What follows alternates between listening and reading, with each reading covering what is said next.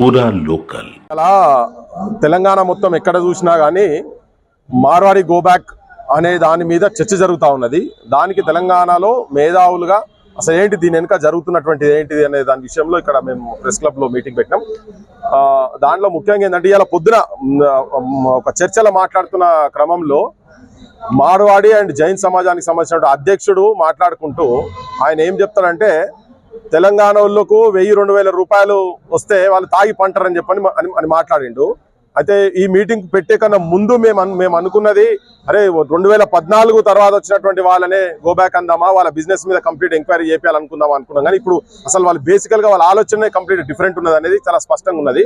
ఇక్కడ ఈ ప్రాంతం వాళ్ళకి రావాల్సినటువంటి హక్కులను కాలరాసి ఇక్కడ బిజినెస్లను మొత్తం కంప్లీట్ గా సర్వనాశనం చేసి వాళ్ళు ఇక్కడ పైసలు మొత్తం ఇల్లీగల్ గా వాళ్ళు చేసేటువంటి దందాలు మొత్తం చాలా మాక్సిమం 90% ఇల్లీగల్ దందాలే.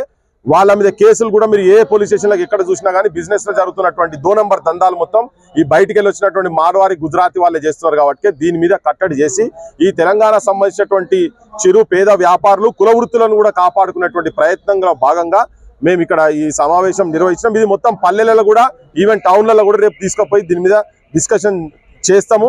తెలంగాణ సమాజం మొత్తం కూడా ఆలోచించాల్సింది ఏంటంటే, ఇది ఒక ఎట్లయితే మనం ఇంతకుముందు ఆంధ్ర పెట్టుబడిదారు వర్గాలకు వ్యతిరేకంగా కొట్లాడినామో, ఇప్పుడు ఈ మార్వాడి ఇటువంటి వాళ్ళు వచ్చి ఈ దాడులు, గుజరాతీ మార్వాడి వాళ్ళు వచ్చి చాలా పెద్ద లెవెల్లో దాడులు జరుగుతూ ఉన్నాయి. దీనిలో ఇంకోటి ఏంటంటే, ఇక్కడ తెలంగాణకు సంబంధించిన రాజకీయ పార్టీలు కూడా వాళ్ళ ఫండ్ వస్తుంది కాబట్టి వాళ్ళకు వత్తాసులు పలుకుతున్నారు. ఇది కూడా వాళ్ళు బంద్ చేయాల్సిన అవసరం ఉన్నది. తెలంగాణ సమాజం మేల్కోవాల్సిన అవసరం ఉన్నది. తెలంగాణను అన్ని రంగాలలో ఏలుకోవాల్సిన అవసరం ఉందని చెప్పవచ్చు. అపవాదం ఏంది, ఇప్పుడు మీరు ఇక్కడ సికింద్రాబాద్ లో ఏ పోలీస్ స్టేషన్ లో పోయినా అని చెప్పి వాళ్ళ మీద ఎన్ని కేసులు అయినాయి, ఈ 2 నంబర్ దందాల మీద ఎన్ని కేసులు అయినా తెలుస్తుంది. మొన్న కూడా రీసెంట్ గా ఈ ఫార్మాకి సంబంధించిన ఇంజక్షన్లకు సంబంధించినవి కూడా ఒక కేసు గాంధీ హాస్పిటల్ దగ్గర జరిగినాయి. ఇట్లా ఈ మధ్యలో ఏవి జరిగినా కానీ నీకు పాలకు సంబంధించినట్టు కావచ్చు, మీరు కారప్పొడి సంబంధించినట్టు కావచ్చు, ఏ దుకాణాలు, ఇప్పుడు దుకాణాలన్నీ వాళ్ళే అయిపోయినాయి కదా. ఎక్కడ చూసినా కానీ ఇల్లీగల్ దందాలలో ఎవరైనా తెలంగాణ వాళ్ళు ఎంతమంది ఉన్నారు, వీళ్ళ పర్సెంట్ ఎంత ఉన్నది, ఇప్పుడు వాళ్ళ పోలీసులకైతే తెలుస్తుంది. ఇప్పుడు చూస్తున్నది గవర్నమెంట్ అయితే తీస్తే మొత్తం ముంగడ పెడితే తేలిపోతుంది కదా. సో వాళ్ళు ఇల్లీగల్ దందాలలో ఉన్నట్టుగా ఎక్కడ చూసినా కానీ అది ప్రూవెన్ అయింది కాబట్టి ఇవన్నీ డిస్కషన్స్ వస్తాయి.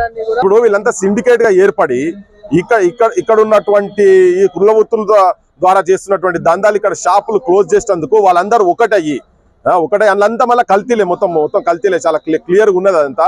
సో వీళ్ళందరూ ఒకటయ్యి మన దగ్గర ఉన్నటువంటి తెలంగాణ ప్రాంతంలో ఉన్నటువంటి బిజినెస్ పీపుల్ మొత్తం దెబ్బతీసినందుకు వాళ్ళు ఒకటే అవసరమైతే వాళ్ళని ఒకరికొకరికి లేపుకుంటా ఈ తెలంగాణ సంబంధించిన బిజినెస్ లను తొక్కే ప్రయత్నం చేస్తా ఉన్నారు. ఇది మనకు కళ్ళ ముంగడ ఇప్పుడు జ్యువెలరీ షాపులు 25-30 ఏళ్ళ కింద ఎవరి ఉండే ఇప్పుడు ఎవరి ఉండే తీసి చూస్తే మొత్తం తెలిసిపోతుంది. దానిలో ఆ డేటా తోటి మొత్తం మేము కూడా మళ్ళీ వస్తాం కూడా అవన్నీ.